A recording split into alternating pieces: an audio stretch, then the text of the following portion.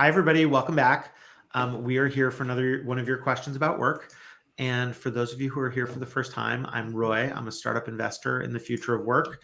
And one of the questions that we've had for a long time that is contrary to the kind of prevailing conversation about work, which tends to be what the kids want, what do millennials want? What is Gen Z, Gen AA prime, whatever comes after Z? I don't even know. What do they all want?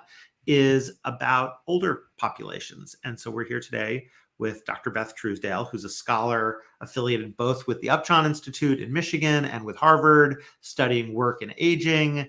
And she's the author of the book that just came out, Over Time, about America's aging workforce and the future of working longer, which is something we've cared about a lot. And so, Beth, I think the question that we'd love your perspective on, and feel free to take us in whatever direction, is if I want to retire, if I want to be able to stop working, how do I think as the workforce ages and things get, how do I think about how long I might need to keep working? And thank you for being here.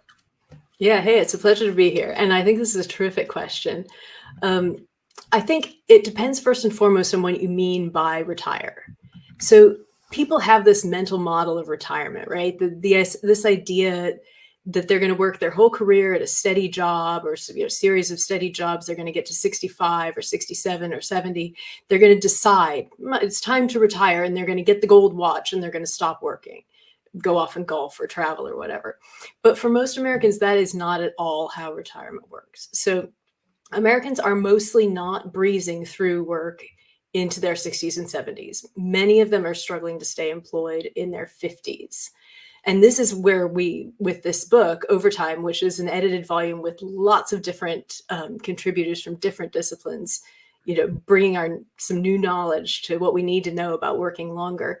One of the things that we really find is this idea that so many Americans are struggling to stay employed in their 50s.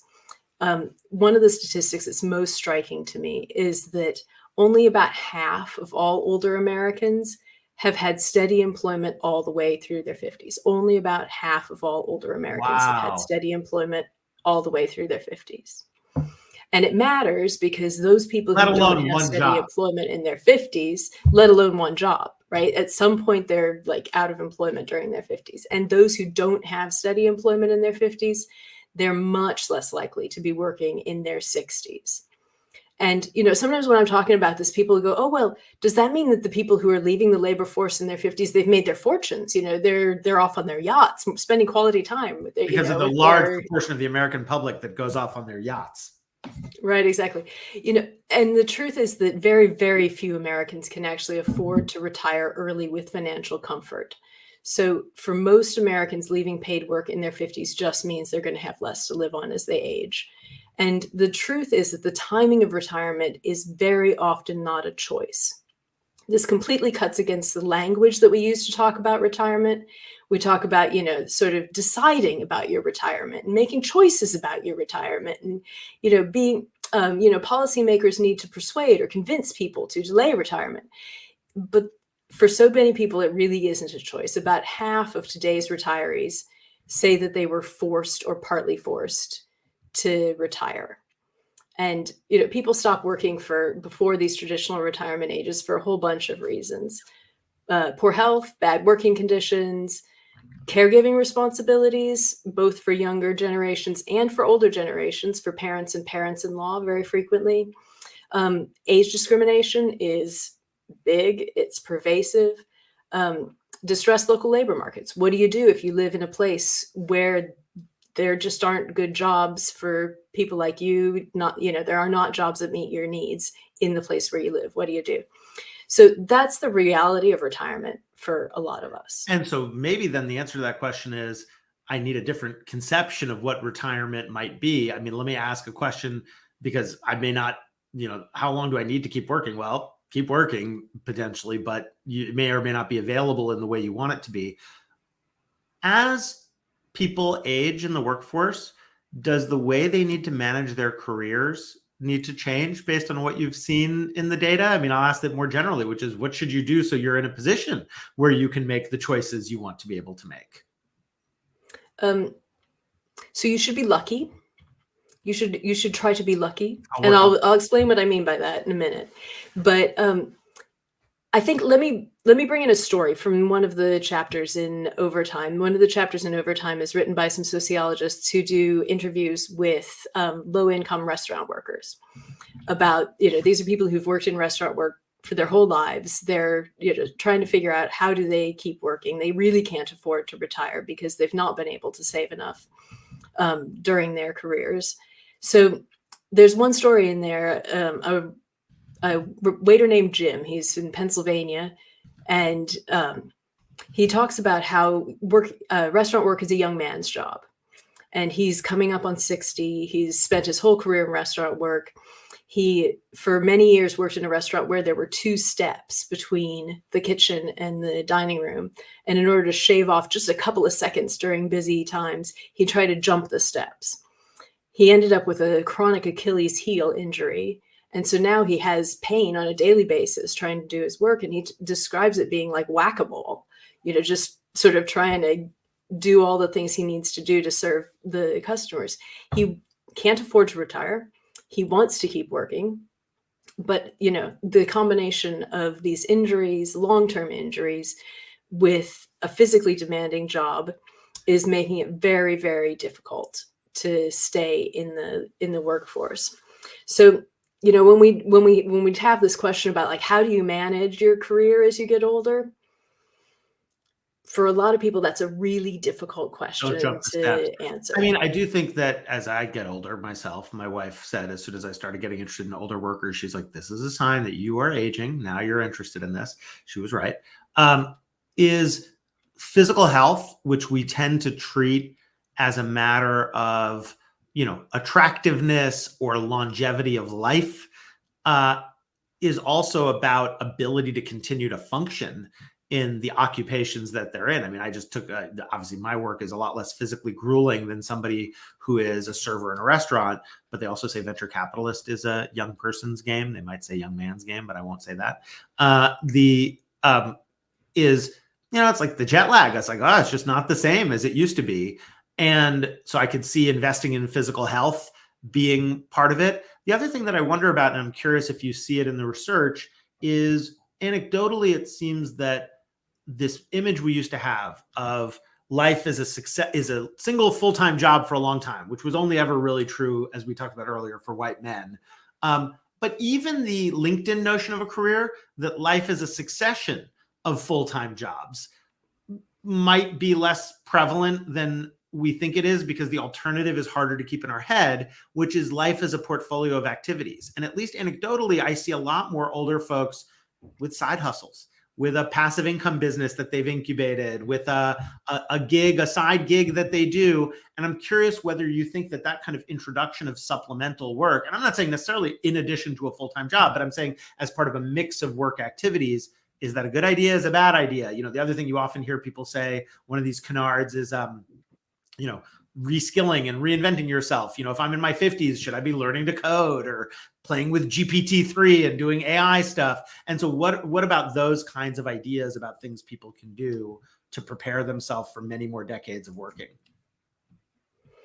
Yeah. So the first question is really about, how do you think about sort of stepping back, scaling down from jobs that are quite intense?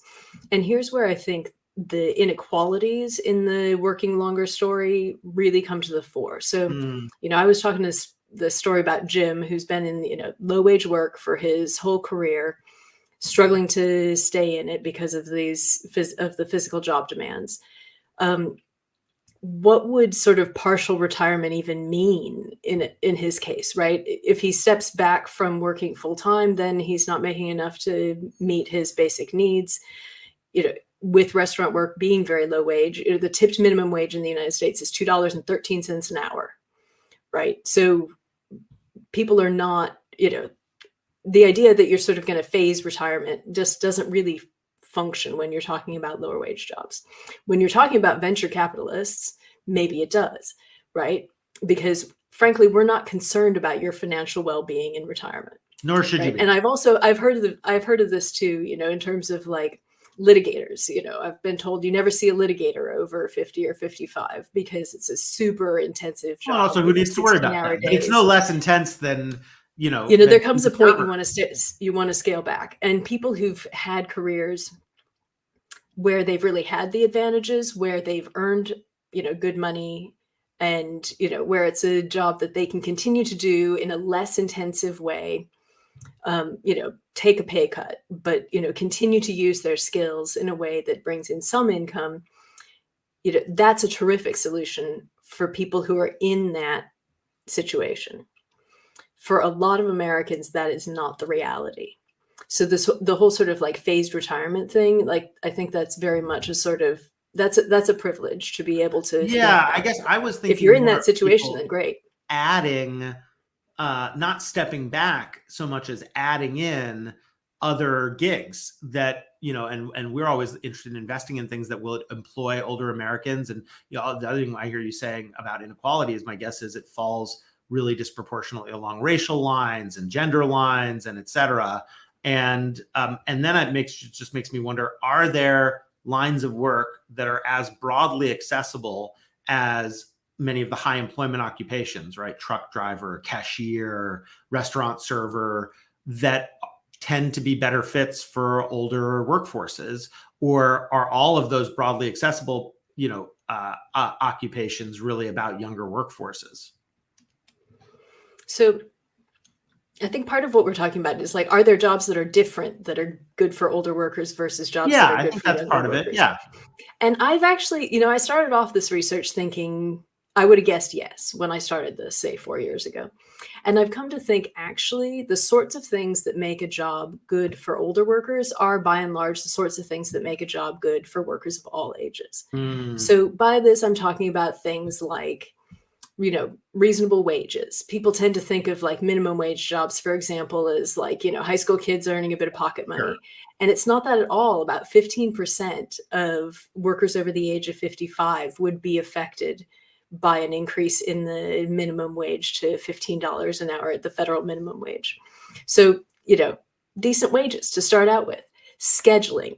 This is a big one. So, a lot of people in lower wage jobs like retail, restaurant work, receive their schedules less than 24, 48 hours in advance. And those schedules are changing day to day, they're changing week to week. They can be called into work and then sent home without pay because there isn't any work for them to do. They can be asked to be on call without receiving any pay for being on call, and no guarantee that they're going to get the work. I mean, these are crazy schedules, right? These are bad for people's finances, for their families, for their health, Sure. for their sleep. So, fair scheduling laws, fair work week laws that require employers to provide schedules, something in it, a couple weeks in advance, at least some in advance, like that's good for workers of all ages, right? Those sorts of schedules, when you're young, they're hard on you. They don't get any easier as you get older. And I think the same holds true for kind of like really intensive, time intensive 24/7 jobs that are more common among people with college degrees and higher earners, right? This notion that you got to be on like every minute, you got to be responsive to your clients or to your bosses or whatever. Those are not good jobs for people of any age, so how do we curb some of those excesses? That would make jobs better for older workers. It would make jobs better for younger workers. If only older people in America had some, I don't know, organized political influence through an organization that represents them. Maybe that would be, no, I'm just kidding. I joined AARP just to see what it was like. And first of all, the name gets at it, which is it implies that they're out of the workforce and therefore focused on issues like Social Security. But you're talking about really, one of our theories as an investment firm focused on the future of work is the future of work is already here. And so what you're saying is all those same things you need as a young person, which is to stay stability and security, wages that pay well, enough freedom to make choices and have predictability. All of those also apply for older folks. And I think that's a great watch phrase for us to think about, and would love to talk more about it. And if folks want to learn about your research and get a copy of your book, I'm going to leave the URL up for a second because they just need to remember the project.iq part about the Harvard URL and then /overtime. And Beth, thank you so much for doing this research. Just one parting question. What are you researching now? So I'm doing more research about work and aging, and I'm interviewing people in their 50s about their strategies of trying to stay in the labor force. Let us hear when you have that advice. We would love to hear it, because I think please be lucky is probably going to rob too much agency from folks, although I do think luck is a skill. But lucky me who gets to say that. So that's the voice of privilege talking right there. And thank you for shedding light on how it differs for different populations at different wage levels and different demographics. And just thank you for all the research you're doing, and to be continued. Roy, it's a pleasure. Thanks for the